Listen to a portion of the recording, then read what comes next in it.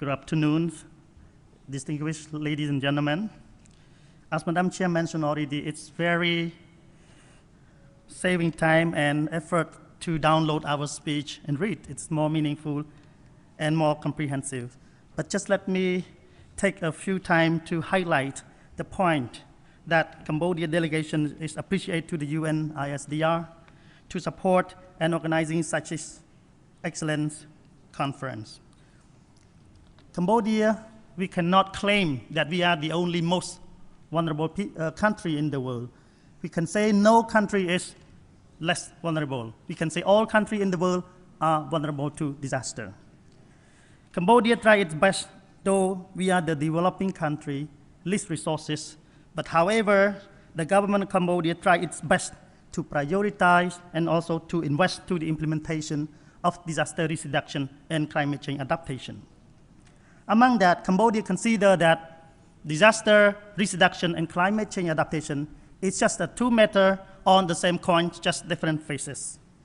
So within our effort, we review our legislation, policy, guiding principle. We promote the disaster national platform. We also implement the principle guideline. We invest in our mainstreaming disaster risk reduction into development and also the climate change.